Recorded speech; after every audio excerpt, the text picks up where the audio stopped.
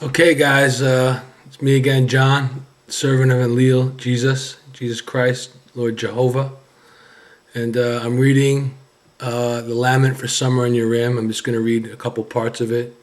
And I think it helps put into perspective, this time, the end of the age, and what it, its significance and why, why it is. So, why God, you know, has decreed the fate of it, of things to rise and fall and to be reborn again. Okay, so I'll start out with what is saying. Its fate cannot be changed. Who can overturn it? It is a command of An and Enlil. Who can oppose it? An frightened the very dwellings of summer. The people were afraid. Enlil blew an evil storm. Silence laid upon the city.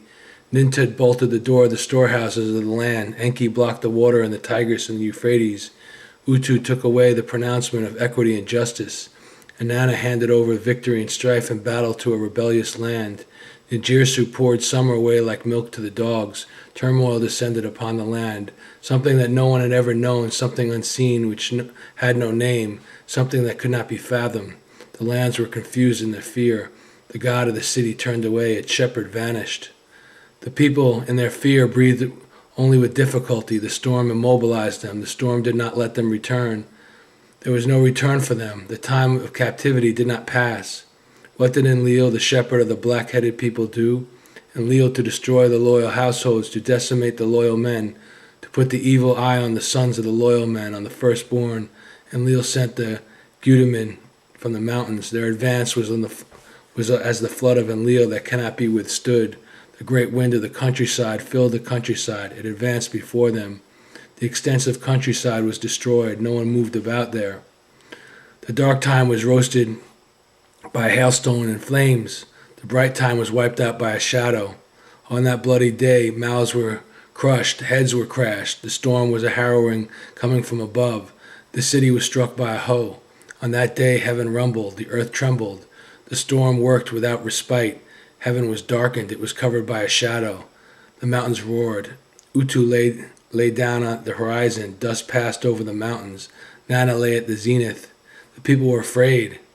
The city stepped outside. The foreigners in the city even chased away its dead. Large trees were uprooted. The forest growth were ripped out. The orchards were stripped of their fruit. They were cleaned of their offshoots. The crop drowned while it was still on the stalk. The yield of the grain diminished. They piled up in heaps. They spread out like sheaves. There were corpses floating in the Euphrates. Brigands roamed the roads. The father turned away from his wife without saying, "Oh, my wife." The mother turned away from her child without saying, "Oh, my child." He who has a productive estate neglected his estate without saying, "Oh, my estate." The rich man took an unfamiliar path from his possessions. In those days, the kingship of the land was defiled. The tiara and the crown that had been on the king's head were both spoiled. The lands that followed the same path were split into disunity. The food offerings of Urim, the shrine of magnificent food offerings, were changed for the worse. Nana traded away his people, numerous as Uz. Its king sat immobilized in the palace all alone. Ibi Suen was sitting in anguish in the palace all alone. In Inam Tila, his place of delight, he wept bitterly. The devastating flood was leveling everything. Like a great storm, it roared over the earth. Who could escape it? To destroy the city, to destroy the house, so that traitors would lay on top of loyal men, and the blood of traitors flow upon loyal men. The storms gathered to strike up like a flood. Alas, the destroyed city, my destroyed house. She cried bitterly. Okay. And it goes on to say, on that day the word of Enlil was an attacking storm. Who could fathom it? The word of Enlil was destruction on the right. What did Enlil do in order to decide the fate of mankind? Enlil brought the Elamites, the enemy from the highlands. Nance, the noble daughter, was settled outside the city. Fire approached Nimarki in the shrine Guaba. Large boats were carried off its silver and lapis lazuli. The lady sacred Nimarki was despondent because of her perished goods. Then the day, burning like the province of Lagak, was handed over to Elam, and then the queen also reached the end of her time. bow as if she were human, also reached the end of time. Woe is me, Enlil has handed the city to the storm. He has handed it to the storm that destroys cities. He has handed it to the storm that destroys houses. Dimud-Zid Abzu was full of fear, and the house of Kinirka, the city of the noble youth, was ordered to be plundered. The city of Nance Nijin was delivered to foreigners. Sirara, her beloved dwelling, was handed over to the evil ones. Alas, the city destroyed my house, she cried bitterly. Its sacred Japar of Enship was defiled. The end priest was snatched from the Japar and carried off to enemy territory. Mighty strength was set against the banks of the Idnuna Canal, Nana Canal, the settlement of Nana, like substantial cattle pens, were destroyed. Their refugees, like stampeding goats, were chased by dogs. They destroyed Gaia like milk poured out to dogs, and shattered its finely fashioned statues. Alas, the destroyed city, my destroyed house, she cried bitterly.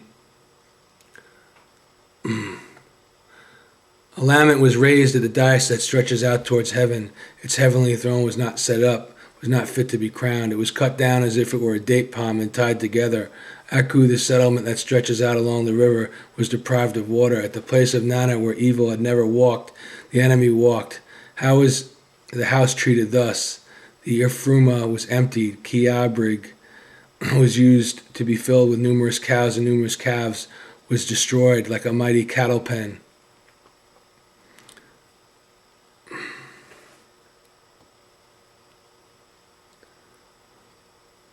On that day, the storm forced people to live in darkness. In order to destroy Kuara, it forced its people to live in darkness. And